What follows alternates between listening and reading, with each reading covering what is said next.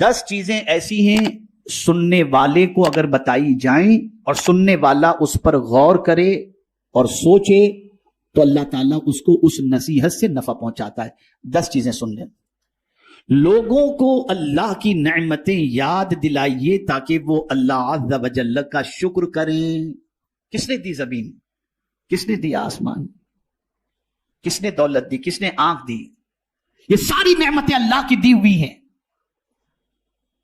اور اگر چاہتے ہو کہ اللہ مزید نعمتیں عطا فرمائے تو قرآن کہتا ہے لئن شکرتم لازیدنکم، تم شکر کرو اللہ تمہیں زیادہ عطا فرمائے گا. اور جتنی تکلیفیں آتی ہیں، توجہ چاہوں گا یہ جملہ پوری تقریر یاد رہے یا نہ رہے لیکن اس کو یاد رکھیے گا، جتنی بھی تکلیفیں آتی ہیں وہ ساری تکلیفوں کا سب سے پہلا سبب ناشکری ہے. سب سے پہلا سبب. اس کے پاس یہ، میرے پاس یہ نہیں، وہ یہاں میں بس یہی سب چلتا ہے. اور اس کو میں قرآن سے سمجھا دوں. اللہ فرماتے ہیں ما یفعل اللہ بعذابکم ان شکرتم، اللہ تم کو عذاب دے کر کیا کرے گا اگر تم شکر کرو. نادانو، تم شکر نہیں کرتے اس لیے تم تکلیف میں گرفتار ہو. شکر کرو تو اللہ تمہیں زیادہ عطا فرمائے گا. نعمتوں کو یاد کرو. یہ ہوا بغیر پیسے کے مل رہی ہے، آکسیجن بغیر پانی مل رہا ہے، یہ نعمتیں کون دینے والا؟ اللہ دینے والا. اب اس کی نہ سنے تو کس کی سنے؟ یہاں علماء تشریف فرما ہے، طلباء تشریف فرما. ایک بہت حکمت کی بات بتاؤں، اللہ عز و جل نے جبرن کسی کو نہیں کہا کہ مجھے مانو. توجہ چاہوں، جبرن نہیں کہا کہ مجھے اللہ مانو. اللہ نے عقل عطا فرمائی. انسان کے پاس تو عقل ہے نا، جانور کے پاس نہیں، انسان کے پاس تو عقل ہے. اللہ نے عقل دے دی، عقل دے دی. کافروں کو بھی اللہ نے نہیں فرمایا کہ جبرن مجھے خدا مانو. اس نے جبرن نہیں فرمایا، اس کو روزی دے رہا ہے، پانی دے رہا ہے. سورج نکلتا ہے تو تھوڑی مسلمانوں پر نکلتا ہے، سب پر نکلتا ہے کہ نہیں نکلتا؟ بارش برستی تو سب فائدہ اٹھاتے ہیں، آکسیجن سے سب فائدہ اٹھاتے ہیں، مسلم اور نان مسلم، اللہ کو ماننے والے اور نہ ماننے والے. اے اللہ، جب تو اتنا سب کچھ دے رہا ہے تو اپنے آپ کو منواتا کیوں نہیں ہے جبرن؟ تو اللہ فرماتے ہیں میں نے عقل دی اور یہ ساری چیزیں عطا کی تاکہ عقل سے بندہ سوچے تو صحیح، میں اس کو نہیں مانتا پھر بھی مجھے روزی دے رہا ہے، پھر بھی مجھے آکسیجن دے رہا ہے، پھر بھی مجھے پانی دے رہا ہے. کون ہے یہ سب دینے والا؟ کون ہے؟ اب جب وہ عقل کا استعمال کرے گا تو پھر اس کا وجدان کہے گا کوئی تو ہے جو مجھے دے رہا ہے، وہی دینے والی ذات کا نام اللہ ہے. اللہ ہے. تو جبرن اللہ نے نہیں منوایا، نعمتیں دی. دیکھو ان نعمتوں کو، کون ہے یہ نعمتیں دینے والا؟ کون ہے ہوائیں چلانے والا؟ کون ہے سورج کو پیدا کرنے والا؟ تلاش کرو. جب تم دیکھو گے تو تمہیں وہی ذات نظر آئے گی جسے ہم اللہ عز و جل کہتے ہیں. تو اللہ کی نعمتوں کا شکر ادا کرو.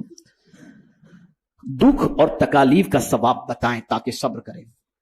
اب بخاری شریف کی ایک حدیث سنا دوں تاکہ آپ سمجھیں. میرا ایک ٹاپک ہے انشاءاللہ، میں اس پر مطالعہ کر رہا ہوں. ہر دکھ میں ایک نعمت، میرا موضوع ہے انشاءاللہ، پھر کبھی میں عرض کروں گا قرآن و حدیث کی روشنی میں. ہر دکھ کے پیچھے ایک نعمت چھپی ہوئی ہے، کوئی دکھ ایسا نہیں. تو اب یہاں فرمایا گیا کہ لوگوں کو نصیحت کرو. کس طریقے سے؟ اپنے بچوں کو، گھر والوں کو، دوستوں کو، سامعین کو یہ نصیحت کرو، اللہ کی نعمتیں یاد دلاؤ. کتنی نعمتیں اللہ نے دی، زمین، آسمان، چاند، سورج، تاکہ ان کے اندر شکر کا پیدا ہو اور اس کا رابطہ اپنے رب قدیر سے مضبوط ہو جائے. دوسری چیز، دکھ اور تکالیف کا ثواب بتائیں تاکہ صبر کریں. آپ کو بتاؤں، یہ ہماری سوچ ہے کہ تکلیف اس کو آتی ہے جس سے اللہ ناراض ہوتا ہے. اور میں بخاری شریف کی حدیث پیش کر دوں. یہ حدیث تو آج تک آپ نے سنی ہوگی کہ من یرید اللہ خیرا یفقہہ فی الدین، اللہ جس بندے سے بھلائی کا ارادہ فرماتا ہے اسے دین کی سوجھ بوجھ عطا کر دیتا ہے. لیکن آج بخاری شریف کی ایک حدیث اور سنا دو. اللہ جس بندے سے بھلائی کا ارادہ کرتا ہے اس کو مصیبت میں گرفتار کر دیتا ہے. من یرید اللہ بہ خیرا یصب منہ اور یصب منہ یصب منہ. اللہ جس بندے کا، کما قال، اللہ جس بندے سے بھلائی کا ارادہ فرماتا ہے اس کو مصیبتوں میں گرفتار کر دیتا ہے.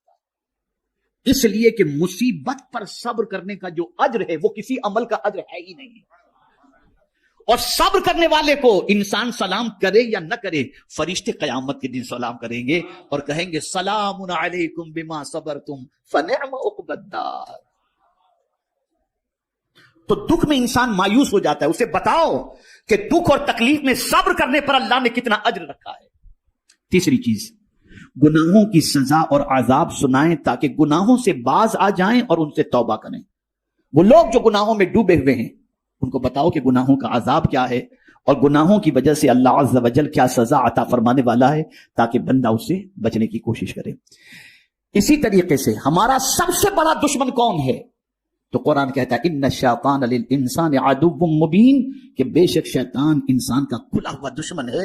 اب اس کے مکر و فریب، اس کی چال، اس کی عیاری، اس کی مکاری یہ بتاؤ تاکہ لوگ اس کے مکر سے بچیں. تو فرمایا گیا شیطان کے مکر و فریب بتائیں تاکہ اس سے ڈر کر کے بچ جائیں. میرے پیارے آقا صلی اللہ علیہ وسلم کے پیارے دیوانوں، اسی طریقے سے انسان کا دل سخت ہونے کی ایک سب سے بڑی وجہ یہ بتائی گئی دنیا کی محبت.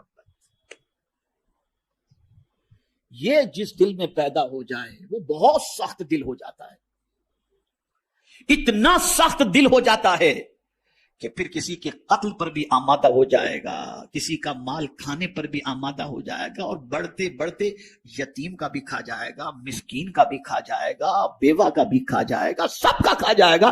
یہ ہے دنیا کی محبت. ایسے انسان کا دل بہت سخت ہو جاتا ہے. اسی لیے حضور صلی اللہ علیہ وسلم نے صحابہ کے قلب کا جو تزکیہ فرمایا اس میں سب سے پہلے حب دنیا کو ان کے دل سے نکالا. تو فرمایا گیا دنیا کی بے ثباتی اور بے وفائی سمجھائیں تاکہ اس میں دل نہ لگائیں لوگ. بتاؤ یہ دنیا ختم ہونے والی ہے، دنیا پرماننٹ رہنے والی ہے، دنیا پرماننٹ رہنے والی ہے. ایک سور میں ساری دنیا ختم، سب فنش ہو جائے گا. اب یہاں یہ جملہ یاد رکھیے گا علماء، خاص طور پر میں گزارش کروں گا توجہ کے ساتھ، اور طلبہ بھی یاد رکھیں گے تو بڑا فائدہ ہوگا. زندگی بھر اسے اپنی کتاب کے اندر نوٹ کر کے رکھیں. عقل مند وہ ہے جو فنا ہونے والے سے محبت کرنے کی بجائے باقی رہنے والے سے محبت کرے. دنیا فنا ہو جائے گی، خدا باقی رہنے والا ہے. جو باقی رہنے والا ہے اس سے محبت کرو. اسی لیے مومن کی تعریف اور مومن کی کیفیت قرآن نے بیان کی. والذین آمنوا اشد حبا للہ، جو ایمان والا ہوگا وہ اللہ سے ٹوٹ کر محبت کرے گا، بے انتہا محبت کرے گا. اور یہ دنیا فنا ہونے والی ہے. چھٹی چیز، موت کو ہر وقت یاد رکھا جائے تاکہ روانگی کی تیاری جاری رکھی جا سکے. میں آپ کو یہاں پر بتاؤں، ابھی ایک پروگرام میں ہم گئے تھے، ایک ساتھی نے کہا حضرت آپ کا وقت اتنے بجے کا ہے، ٹریفک بہت زیادہ ہے، ہم تھوڑے تاخیر سے پہنچیں گے، لیٹ ہو جائیں گے. تو مجھے ایک آیت یاد آ گئی. اللہ کا شکر ہے بسا اوقات کوئی نہ کوئی آیت یاد آ جاتی ہے. تو میں نے ان سے کہا، میں نے کہا بھائی میں تو دنیا کے بارے میں تھوڑا سا سوچا تو ٹائم پر تو مجھے کوئی چیز نظر نہیں آئی، چاہے وہ فلائٹ ہو، چاہے ٹرین ہو، چاہے آدمی ہو، تھوڑا بہت تو پلس مائنس ہو جاتا ہے. میں نے جب قرآن پر غور کیا تو ایک ہی چیز مجھے ٹائم پر ملی. قاری صاحب، ایک ہی چیز مجھے ٹائم پر نظر آئی جو 1 منٹ پہلے بھی نہیں، 1 منٹ بعد بھی نہیں. اذا جاء اجلهم لا يستأخرون ساعة ولا يستقدمون. جب موت آتی ہے تو نہ 1 منٹ پہلے نہ 1 منٹ بعد میں، جب اس کا وقت مقرر ہے تب وہ آ جاتی ہے. تو ٹائم پر ایک ہی چیز ہے، باقی کوئی چیز ٹائم پر نہیں. 1000 باڈی گارڈ رکھ لو، 1000 بلیٹ پروف جیکٹ پہن لو، لیکن دنیا کی واحد سچائی یہ ہے کہ موت سے کوئی بچ نہیں سکتا. اور یہ جملہ بھی بڑا میرا مقبول ہوا تھا کہ ہم نے بہت کچھ جمع کر کے رکھا، لیکن قدرت کا قانون یہ ہے یا دے کے مرو یا چھوڑ کے مرو، لے جانے کچھ بھی نہیں ملے گا. بہت کچھ جمع کر کے رکھا ہے نا، یا دے دو مرنے سے پہلے یا چھوڑ دو. ہاتھ میں انگوٹھی بھی پہنے ہو تو لوگ کاٹ کے نکال لیں گے، لے کے نہیں جا سکتے کچھ بھی. یہاں سے پتا چلا ہمارا کچھ ہے ہی نہیں. جسے ہم کہتے ہیں کہ یہ ہمارا ہے، ہمارا کچھ نہیں ہے. فلسفہ سمجھ لو، یہ اللہ نے استعمال کرنے کے لیے دیا ہے. جب تک وہ چاہے گا تم استعمال کرو گے، پھر یہ کسی اور کو دے دے گا. اسی لیے اس کا قانون ہے دے کے مرو یا چھوڑ کے مرو، لے جانے کچھ بھی نہیں ملے گا، کچھ بھی لے جانے نہیں ملے گا. اور موت کا وقت کسی کو نہیں معلوم. تو دل کی سختی کو دور کرنے اور نصیحت کو حاصل کرنے کے سلسلے میں موت کا تذکرہ لوگوں کو بتایا جائے اور موت کو ہر وقت یاد رکھنے کی تاکید کی جائے. اسی طریقے سے 7ویں چیز، قیامت کو زیادہ سے زیادہ یاد دلایا جائے تاکہ اس کے لیے زیادہ راہ جمع کیا جا سکے. لوگوں کو بتایا جائے قیامت ایک دن ہے، آخرت کا دن ہے، وہاں کیا چیز کام آئے گی اس کو بتاؤ، وہاں کی سچویشن کیا ہوگی اس کو بتاؤ، وہاں کون کس کے کام آئے گا بتاؤ. میری ایک کتاب خریدیے گا مکتب سے، محشر میں حضور کہاں ملیں گے. کوئی نہیں ملے گا، کسی کا پتہ نہیں، لیکن حضور کا پتہ معلوم ہے.